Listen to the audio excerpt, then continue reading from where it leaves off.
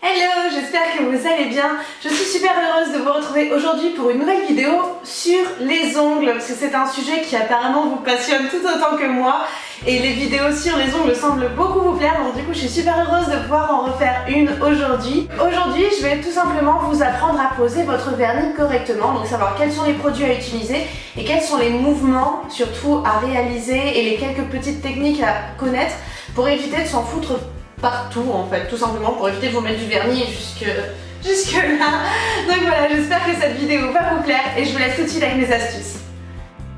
Il existe des centaines de marques de vernis différentes et d'expérience, je peux vous dire qu'un vernis cher n'est pas forcément un vernis de qualité. Pour aujourd'hui, j'ai choisi d'utiliser des produits Essie parce que je les trouve top et que vous pouvez facilement les retrouver en boutique, mais bien sûr c'est libre à vous d'utiliser des produits d'autres marques. La première étape d'une belle pose de vernis, c'est l'utilisation d'une base, donc ici c'est la Brilliant Service. Vous avez ensuite votre vernis coloré, donc ici c'est le rose Fiji que je trouve trop joli. Et vous avez ensuite, en dernière étape, le top coat, donc ici c'est le Good to Go qui permet de faire sécher rapidement le vernis, qui permet au vernis de tenir plus longtemps, et ça c'est vraiment top. Petite astuce aussi, avant de commencer votre pose de vernis, pensez à vous attacher les cheveux et surtout à vous installer sur une table où vous serez bien stable. Pensez également à bien aérer la pièce dans laquelle vous vous trouvez afin de ne pas trop respirer de dissolvant ni de vapeur de vernis. Maintenant qu'on est bien installé, on va pouvoir passer à la première étape qui est donc la pose de la base sur nos ongles. Donc pour ça, on va tout simplement prendre un petit peu de produit, donc faites attention à ne pas trop charger votre pinceau parce qu'il vaut mieux faire une couche fine qui va sécher rapidement qu'une couche super épaisse qui ne séchera clairement jamais. Pour être vraiment à l'aise, donc je pose bien ma main bien à plat sur la table et je viens ensuite peindre une couche de base, donc une couche fine avec mon petit pinceau sur mon petit ongle. Jusque là, tout est normal. Bien sûr, vous répétez l'opération sur les autres ongles.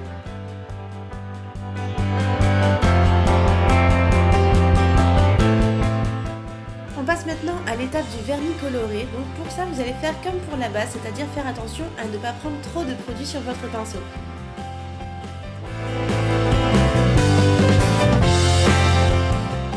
Ensuite, pour bien appliquer votre vernis, on va faire comme une sorte de U, donc on va poser la petite goutte vers le bas de l'ongle, tirer vers le haut, redescendre, et ensuite venir former le U, donc un premier coup sur la gauche, on tire bien le produit, et ensuite de nouveau sur la droite et on tire bien le produit. Et là vous avez vraiment une jolie forme bien ronde à la base de l'ongle.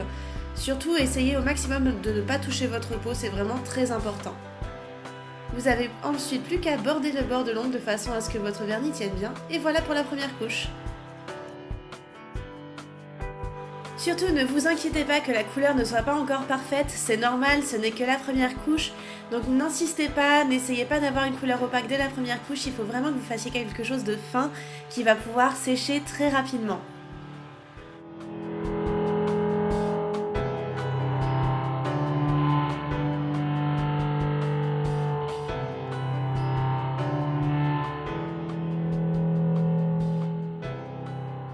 Pour vernir votre pouce, je vous conseille de vous poser sur le bord de la table et de faire d'abord un côté transversal pour ensuite venir tirer la matière sur le reste de l'ongle. Je sais que c'est un peu particulier, mais en fait souvent les pouces ont des formes un peu carrées, ont des bases un peu carrées à la base de l'ongle et donc du coup ça vous permettra d'avoir une jolie ligne et quelque chose de très régulier.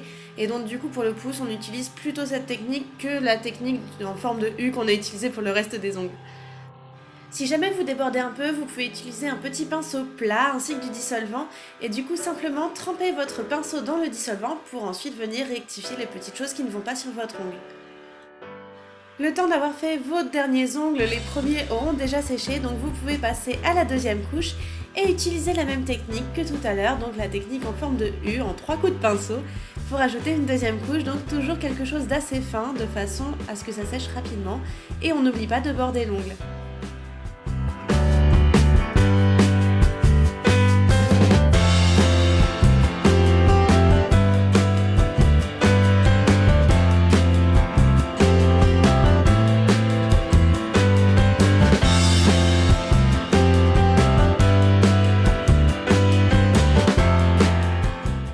Je sais que certaines d'entre vous vont me dire « Oui, mais moi je suis droitière et j'arrive pas à peindre ma main droite avec ma main gauche ».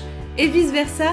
J'ai aussi du coup une petite technique pour vous, donc il s'agit de bien fixer la main qui tient le pinceau sur la table et de faire tout simplement bouger l'autre main en dessous. Ça demande un tout petit peu de pratique, mais honnêtement ça devient vraiment facile avec l'entraînement. Moi c'est ce que je fais quasiment tout le temps, vous voyez, et du coup avec un petit peu d'entraînement j'arrive à faire une pause de la même façon que sur la main avec laquelle je suis habituée. Du coup, avec cette technique, plus la technique du petit pinceau et du dissolvant pour nettoyer les petits accros, du coup j'ai exactement le même résultat sur ma main gauche et sur ma main droite et on voit pas du tout la différence. En général, 2 couches suffisent pour la bonne opacité d'un vernis, cependant certains vernis très clairs, des roses très pâles ou bien des turquoises très pâles par exemple, peuvent nécessiter une 3e couche, donc dans ce cas-là, mieux vaut laisser sécher la 2e couche et ensuite en faire une 3e, fine également.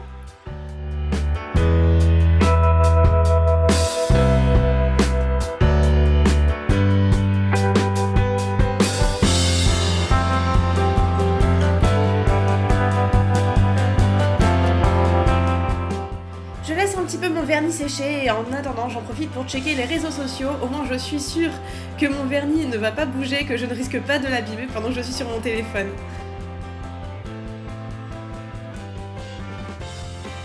On passe ensuite à la dernière étape qui est celle du top coat, donc qui va servir à bien faire tenir votre manucure et à la faire briller. Donc là j'utilise le Good To Go qui est un top coat de chez Essie qui sèche rapidement, donc ça je trouve ça absolument génial. Pour l'appliquer, j'utilise à peu près la même technique que tout à l'heure, donc en 3 coups de pinceau, un au milieu, un sur le côté et un de l'autre côté. Je pense que vous avez compris le système. Et surtout, comme d'habitude, je n'oublie pas de border le bord de mon ongle. Et voilà! Je répète la même opération sur l'ensemble de mes ongles, surtout faites attention à ne pas mettre trop de top coat et également à ne pas en mettre pas assez. Donc ça c'est un petit peu le truc un petit peu compliqué, il faut trouver vraiment la bonne quantité de produit. Donc là vous voyez à peu près ce que je mets, moi ça suffit par rapport à la longueur de mes ongles. Mais bien sûr vous pouvez en mettre un peu plus ou un peu moins selon la longueur des vôtres.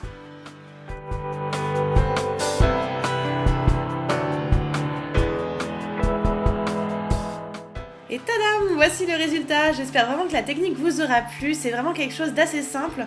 Donc je suis sûre que vous allez y arriver vous aussi. Petite chose très importante, si vous connaissez des gens qui se font des catastrophes sur les mains, qui ne savent absolument pas poser leur vernis, n'hésitez pas à partager cette vidéo avec eux. Je suis sûre que ça pourrait les aider. Voilà, moi je vous dis à la semaine prochaine. Je vous fais de très gros bisous. Je vous aime très fort. Ciao!